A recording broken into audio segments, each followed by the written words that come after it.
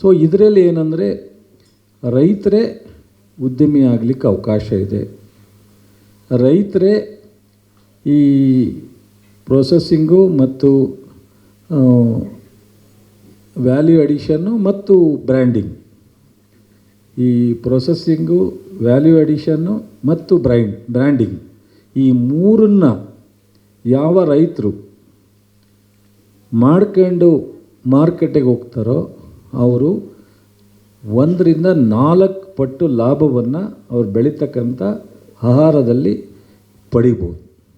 ಅದಕ್ಕೋಸ್ಕರ ರೈತರಿಗೆ ಈ ಒಂದು ವಿಚಾರವನ್ನು ಸಂಪೂರ್ಣವಾಗಿ ಈ ರಾಜ್ಯದ ಪ್ರತಿಯೊಬ್ಬ ರೈತರಿಗೂ ತಿಳಿಸಬೇಕು ಅನ್ನೋದು ನಮ್ಮ ಸರ್ಕಾರದ, ನಮ್ಮ ಇಲಾಖೆಯ ನನ್ನ ಉದ್ದೇಶ. ಇದರಿಂದ ಇವತ್ತು ಈ ಒಂದು ಕೃಷಿಕರನ್ನ ಉದ್ಯಮಿಯಾಗಿ ಮಾಡ್ತಕ್ಕಂಥದ್ದು, ಕೃಷಿಕರನ್ನ ಈ ರೀತಿ ಎಲ್ಲ ವ್ಯಾಲ್ಯೂ ಅಡಿಷನ್ನ ಬ್ರ್ಯಾಂಡಿಂಗ್ ಮಾಡಿ ಅವರೇ ಮಾರ್ಕೆಟಿಗೆ ಕೊಡ್ತಕ್ಕಂಥದ್ದು, ಇದನ್ನು ನಾವು ಭಾಳ ಹೆಚ್ಚು ಒತ್ತು ಕೊಟ್ಟು ಈ ಒಂದು ವಾಣಿಜ್ಯ ಮೇಳವನ್ನು ಆಯೋಜಿಸಿದ್ದೀವಿ. ಕಳೆದ ಬಾರಿ ನಿಮಗೆ ಗೊತ್ತಿದೆ 3 ಲಕ್ಷಕ್ಕೂ ಹೆಚ್ಚು ಜನ ನಾವು 3 ದಿವಸದಲ್ಲಿ ಭಾಗವಹಿಸಿದರು. ಬಹುಶಃ 350ಕ್ಕೂ ಹೆಚ್ಚು ಸ್ಟಾಲ್ಗಳು ಅಲ್ಲಿ ಬೇರೆ ಬೇರೆ ವಿವಿಧ ರೀತಿಯಲ್ಲಿ ಎಕ್ಸಿಬಿಷನ್ ಅವರು ಜನರು ನೋಡಲಿಕ್ಕೆ ಅನುಕೂಲ ಆಗ್ತಕ್ಕಂಥದ್ದಿತ್ತು.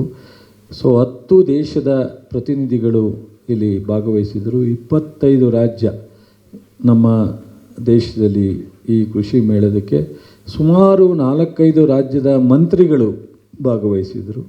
ಸೊ ಇದರ ಬಗ್ಗೆ ಸಾಕಷ್ಟು 185 ಕೋಟಿ ಅಗ್ರಿಮೆಂಟ್ಗಳಾಗಿದ್ದವು, MOU.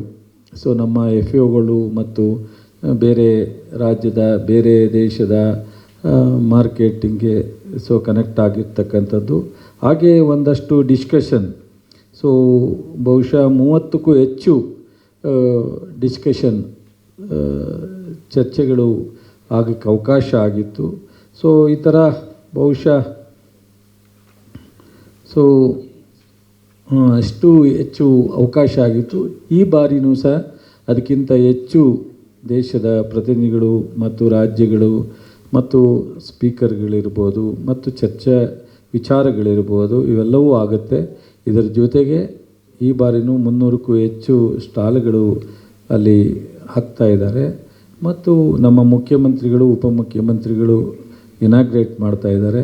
ಇದಕ್ಕೆ ಒಂದು ವಿಶೇಷವಾಗಿ 122 ಜನಕ್ಕೆ ಪ್ರಶಸ್ತಿ ಕೊಡ್ತಾಯಿದ್ದೀವಿ.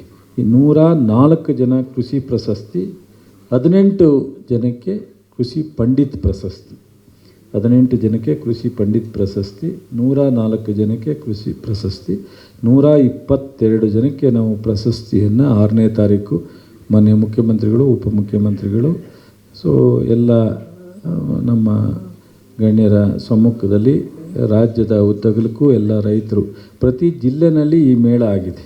ಪ್ರತಿ ಜಿಲ್ಲೆನಲ್ಲಿ ಈ ಒಂದು 6, 7, 8 ಕಾರ್ಯಕ್ರಮಕ್ಕೆ ಪ್ರೋಗ್ರಾಮ್ನ ಮಾಡಿದ್ದೀವಿ ನಾವು. ಪೂರ್ವಭಾವಿಯಾಗಿ ಎಲ್ಲ ಜಿಲ್ಲೆಯಿಂದ ರೈತರಿಗೆ ಸಂದೇಶ ಕೊಟ್ಟು, ಈಗಲೂ ಸಹ ನಾವು ಅನೇಕ ಪ್ರೋಗ್ರಾಮ್ ಬೆಂಗಳೂರಿನಲ್ಲೂ ಸಹ ಸಾಕಷ್ಟು ಮಾಡಿದ್ದೀವಿ.